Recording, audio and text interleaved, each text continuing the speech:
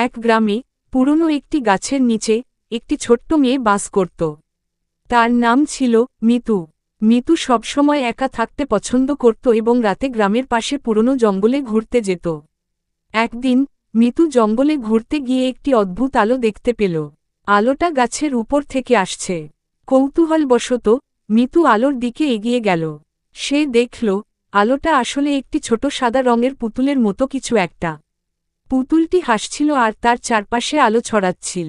মিতু ভয় না পেয়ে পুতুলের দিকে এগিয়ে গেল এবং পুতুলটি তার হাতে এসে বসল। পুতুলটি মিতুকে বলল, আমি একটি বন্ধুহীন পুতুল, তুমি কি আমার বন্ধু হবে? মিতু রাজি হয়ে গেল। তারা দুজন জঙ্গলে একসাথে খেলা করত, হাসত এবং গল্প করত। একদিন মিতুর বাবা মা জঙ্গলে বেড়াতে এসে মিতুকে পুতুলের সাথে দেখে ভয় পেয়ে গেলেন। তারা মিতুকে পুতুল থেকে দূরে সরিয়ে নিয়ে গেল। মিতু খুব কষ্ট পেল। সে পুতুলটিকে আর দেখতে পাচ্ছিল না। রাতে মিতু খুব একা বোধ করছিল। হঠাৎ সে দরজায় টোকা শব্দ শুনতে পেল। দরজা খুলে মিতু দেখল পুতুলটি দাঁড়িয়ে আছে।